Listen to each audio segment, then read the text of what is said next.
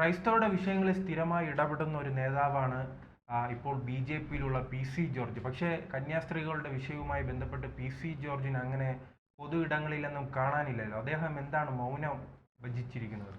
ഈ ക്രൈസ്തവരുടെ വിഷയങ്ങളിൽ മാത്രമല്ല, കേരളത്തിലെ പൊതുവിഷയങ്ങളിലൊക്കെ തന്നെ പി സി ജോർജിൻ്റെ ഇടപെടൽ വളരെ ശക്തമാണ്.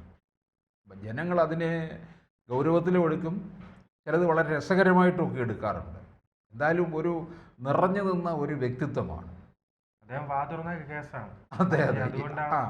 ഏറ്റവും അവസാനം വന്ന അത്തരത്തിലുള്ള ചില കാര്യങ്ങളുമായി ബന്ധപ്പെട്ടങ്ങ് നിന്നുപോയി.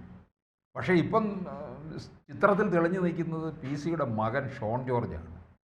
ബി ജെ പിക്കാർ പി സി ജോർജിനെ അങ്ങ് ഒതുക്കുന്നുണ്ടോ? അങ്ങനെ ഉണ്ടാകാൻ വഴിയുണ്ടോ? പി സി ജോർജ് അന്ന് പത്തനംതിട്ടയിൽ സ്ഥാനാർത്ഥിയാകണമെന്ന് വലിയ പ്രതീക്ഷയുണ്ട്, കിട്ടുമെന്ന്. അതിനുശേഷമാണ് അദ്ദേഹം ഇത്രയൊന്ന് ഡൗൺ ആയി പോയത്. കാരണം പക്ഷെ പത്തനംതിട്ടയിൽ നിന്നിരുന്നെങ്കിൽ വിജയമല്ല, കുറച്ച് വോട്ട് കൂടും എന്തായാലും. എനിക്ക് അനിൽ ആൻ്റണി വിജയിക്കുമെന്നുള്ള ഒരു ഘട്ടം വരെ എത്തി എന്നൊക്കെയാണ് ചില നിരീക്ഷകർ പറയുന്നത്. പക്ഷെ നമ്മളന്നേ കരുതിയതാണ് അനിൽ ആൻ്റണി അങ്ങനെ രക്ഷപ്പെടാൻ വലിയ സാധ്യതയൊന്നും ഇല്ല. അല്ല, കഴിഞ്ഞ തെരഞ്ഞെടുപ്പിൽ സുരേന്ദ്രന് കിട്ടിയ വോട്ട് പോലും അനൂപ് ആൻ്റണി ഇത് കിട്ടിയിട്ടില്ല. കിട്ടിയിട്ടില്ല. പക്ഷെ പി സിക്ക് കിട്ടും കേട്ടോ. കാരണം പി സി ആ പ്രദേശത്തിന് എരുമേലിയല്ലേ, പൂഞ്ഞാറാണ്. ആ പി സിയുടെ ഒരു വലിയ പ്രസൻസായി എപ്പോഴും പത്തനംതിട്ട ജില്ലയിൽ ഉണ്ട്. അങ്ങനെ വോട്ട് കിട്ടുമെന്നുള്ളതാണ്. പിന്നെ ക്രൈസ്തവരെല്ലാം എന്താ അനിൽ ആൻ്റണിക്ക് കൊടുത്തോ? ഇല്ല. അപ്പോൾ പി സി ഇപ്പം അങ്ങനെ എല്ലാ വിഷയങ്ങളിലും ഇടപെടുകയും ഒക്കെ ചെയ്തുകൊണ്ടിരുന്ന ആൾ ഈ ഒരു മണ്ഡലത്തിൽ അത് കിട്ടാതിരുന്നപ്പോൾ, പക്ഷെ പി സിക്ക് പിന്നീട് എന്തോ സ്ഥാനം ഉറപ്പാക്കിയിട്ടുണ്ട്. എന്തെങ്കിലും കേരളത്തിലെ തെരഞ്ഞെടുപ്പൊക്കെ കഴിയുമ്പോൾ, അല്ലെ ഇനി കേരളത്തിലെ നിയമസഭാ തെരഞ്ഞെടുപ്പിൽ ഏതെങ്കിലും ഒരു മണ്ഡലം കൊടുത്താൽ എ ക്ലാസ് തന്നെ ആകണമെന്നില്ല, ബി ക്ലാസ് മണ്ഡലത്തിൽ എവിടെയെങ്കിലും. പൂഞ്ഞാറ് തന്നെ ഉണ്ടല്ലോ. പൂഞ്ഞാറിൽ ഷോൺ ജോർജ് മത്സരിക്കുക എന്ന് പറയുന്നത്. ഇനി അങ്ങ് പാലയിൽ പോയി മത്സരിക്കുമായിരിക്കും ചിലപ്പോൾ. അങ്ങനെയാണെന്നെങ്കിൽ കുഴപ്പമില്ല. ഷോൺ ജോർജ് പൂഞ്ഞാറോ പാലയോ ചോദിക്കുന്നുണ്ട്. പക്ഷെ പാർട്ടി കുട്ടനാടാണ് ചിലപ്പോൾ കൊടുക്കുന്നത് എന്നും പറയുന്നുണ്ട്. പക്ഷെ അവർക്ക് പൂഞ്ഞാറ് നിൽക്കണമെന്നുള്ളതാണ്. കാരണം അത് അവർക്ക് അവരുടെ ഒരു രക്തത്തിൽ അലിഞ്ഞു ചേർന്നിരിക്കുന്നതാണ്. ഇപ്പോൾ കെ മാണി ഉള്ള സമയത്ത് പാല വിട്ടു പോകുമോ? അത് കെ മാണിയുടെ സ്വന്തമാക്കി മാറ്റിയിരിക്കുക. ജോസ് കെ മാണി വന്നപ്പോഴാണ് അതൊക്കെ അങ്ങ് പോയത്. ഇനി അത് തിരിച്ചു പിടിക്കാൻ ഇത്ര പ്രയാസമാണ്. കാപ്പനൊട്ട് മാറിക്കൊടുക്കത്തുമില്ല.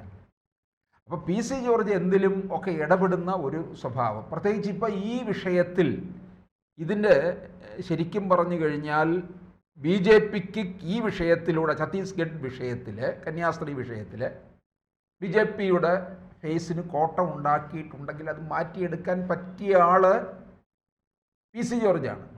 ഇപ്പം അനൂപ് ആൻ്റണി അവിടെ പോയി കാര്യങ്ങളൊക്കെ കണ്ട് മാധ്യമങ്ങളോടൊക്കെ വിശദീകരിക്കുന്നുണ്ടായിരുന്നു. അപ്പോൾ ഇനി അദ്ദേഹം വന്ന് കാര്യങ്ങൾ വിശദീകരിച്ച് കഴിയുമ്പോൾ, പക്ഷേ അനൂപ് ആൻ്റണിയേക്കാളും എത്രയോ വളരെ ഉയരങ്ങളിൽ നിൽക്കുന്ന ആളാണ്. കൂടുതൽ പോപ്പുലാരിറ്റി ഉള്ള ഒരാളല്ലേ P C George. P C ജോർജിൻ്റെ ആ ഒരു അംഗവിക്ഷേപത്തോടു കൂടിയുള്ള ആ ഒരു ആകാരത്തോടു കൂടിയുള്ള ചില വാചക രീതി, ക്രൈസ്തവരുമായി വലിയ ബന്ധം സൂക്ഷിക്കുന്നു എന്ന് പറയുമ്പോൾ 2021 തെരഞ്ഞെടുപ്പിൽ ദയനീയമായി പരാജയപ്പെട്ടിട്ടുണ്ട്. അത് അവിടുത്തെ ഈ മറ്റ് മുസ്ലിം വിഭാഗത്തിൽപ്പെട്ട SDPI ഒക്കെ വോട്ടങ്ങ് മാറിയതുകൊണ്ടാണ്. 2016 നമ്മൾ സമ്മതിക്കണ്ടേ, അവിടെ ചതുഷ്കോണ മത്സരമായിരുന്നു. LDF, UDF, NDA,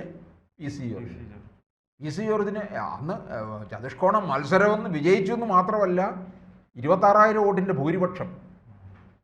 അങ്ങനെ കേരളത്തിൽ ജയിക്കുന്നത് അപൂർവങ്ങളായിട്ടുള്ള ചില ആൾക്കാർ മാത്രമേ ഉള്ളൂ. വളരെ പണ്ട് 80കൾ കാലഘട്ടത്തിൽ പത്തനംതിട്ടയിൽ നിന്ന് KK നായർ ജയിച്ചിട്ടുണ്ട്, സ്വതന്ത്രനായിരുന്നു. അങ്ങനെ സ്വതന്ത്രനായി നിന്നുകൊണ്ടാണ് കരുണാകരൻ മന്ത്രിസഭയ്ക്ക് ഒരാളുടെ കുറവ് വന്നു കഴിഞ്ഞപ്പോൾ പിന്തുണ കൊടുത്തു. ഒറ്റ രാത്രി കൊണ്ട് പത്തനംതിട്ട ജില്ല വേണമെന്ന് പറഞ്ഞു. അങ്ങനെ പത്തനംതിട്ട ജില്ല കിട്ടി. അതിനു മുമ്പേ പത്തനംതിട്ട ജില്ലയ്ക്ക് വേണ്ടി പ്രക്ഷോഭമൊക്കെ ഉണ്ട്. പക്ഷേ ഈ ഒരൊറ്റ ഡിമാൻഡിൽ എങ്ങനെ നിന്നു എന്നുള്ളതാണ്. അപ്പോൾ അങ്ങനെ പി സി ജോർജ് ഉണ്ടാക്കിയെടുത്തിട്ടുള്ള ഒരു ഇമേജ്. അതുകൊണ്ടാണ് പി സിക്കൊക്കെ ഇപ്പോഴും ഈ SDPIക്കാരും അവരുടെയൊക്കെ വോട്ട് പോയെന്ന് പറയുന്നു എങ്കിലും പി സി ജോർജ് ഇപ്പോഴും പൂഞ്ഞാറിലൂടെ ഇറങ്ങി നടന്നാലുണ്ടല്ലോ, അവിടെ കടയിലിരിക്കുന്നവർ, ക്യാഷ് കൗണ്ടറിലിരിക്കുന്നവർ എഴുന്നേറ്റ് വന്ന് തൊഴും. അങ്ങനത്തെ ഒരു അംഗീകാരമാണ്. അന്ന് പി സി കടകളിലൊക്കെ ചെന്ന് കഴിഞ്ഞാൽ കൗണ്ടറിൽ ഇരിക്കുന്ന, ക്യാഷ് കൗണ്ടറിൽ ഇരിക്കുന്ന ആളെ മാറി കൊടുക്കും. എന്നിട്ട് കൗണ്ടറിൽ കയറി പി സി ജോർജ് ഇരിക്കും. അവിടെ ഇരുന്ന് അപ്പോഴത്തേന് ചായ കൊണ്ടുവരും, സിഗരറ്റ് കൊണ്ടുവന്ന് കൊടുക്കും. അങ്ങനെ അവിടെ ഇരുന്നുകൊണ്ട് വർത്തമാനമൊക്കെ പറഞ്ഞ് അത്ര സ്വാതന്ത്ര്യം പി സി ജോർജിനെ അവിടുത്തെ ജനങ്ങളുമായിട്ടുണ്ടായിരുന്നു. ജനങ്ങൾക്ക് പി സി ജോർജിനോടും ഉണ്ടായിരുന്നു എന്നുള്ളതാണ്. ആ പി സി ജോർജ് എന്തുകൊണ്ടാണ് ഇപ്പോൾ നിശബ്ദനായിരിക്കുന്നത്? പി സി ജോർജ് ഇവിടെ തന്നെ ഉണ്ടോ എന്നുള്ള ചോദ്യമുണ്ട്. എനിക്ക് തോന്നുന്നു യഥാർത്ഥത്തിൽ ബി ജെ പി അതോടൊപ്പം തന്നെ ഇനി മകന് വേണ്ടി കളമൊഴിഞ്ഞു കൊടുക്കുന്നതാണോ? മകന് വേണ്ടി കളമൊഴിഞ്ഞു കൊടുത്താലും പി സിക്ക് നിറഞ്ഞു നിൽക്കാമല്ലോ. പി സിക്ക് അങ്ങനെ വലിയ പ്രായമായ അനാരോഗ്യ പ്രശ്നങ്ങളൊന്നും നേരിടുന്നില്ല. അദ്ദേഹം ഇങ്ങനെ വളരെ രാഷ്ട്രീയം ആസ്വദിച്ച് ഇങ്ങനെ വരുന്ന ഒരാളാണ്. അങ്ങനെ ഇപ്പം പി സിക്ക് എന്തെങ്കിലും ചിലപ്പോൾ ഒരു സ്ഥാനമാനമൊക്കെ ഉണ്ടാകാം. എനിക്ക് തോന്നുന്നു 2026 തെരഞ്ഞെടുപ്പ് വരുമ്പോഴത്തേന് പി സി ജോർജ് ഒന്നുകൂടി ചിലപ്പോൾ ഉഷാറായിട്ട് വരാം. സ്ഥാനമൊന്നും അവിടെ മത്സരിക്കാനായിട്ട് സ്ഥാനാർത്ഥിത്വമൊന്നും കിട്ടിയില്ലെങ്കിൽ പോലും പ്രസംഗിക്കാനും മറ്റുമൊക്കെ ചില മണ്ഡലങ്ങളിലേക്ക് പോകാം.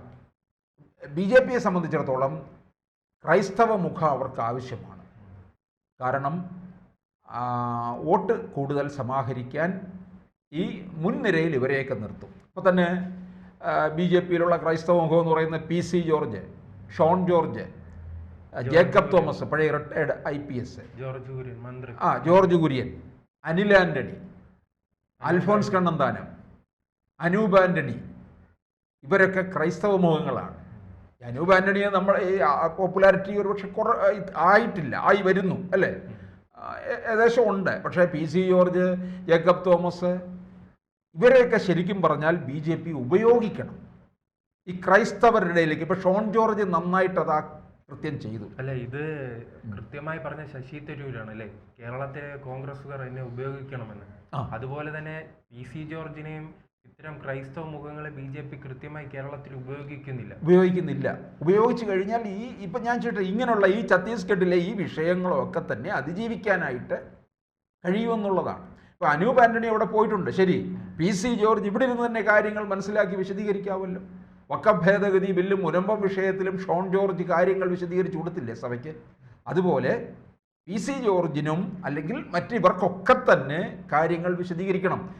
ഇവർക്ക് തന്നെ ആ ഡ്യൂട്ടി അസൈൻ ചെയ്ത് കൊടുക്കണം ബി ജെ പി സംസ്ഥാന ഘടകം.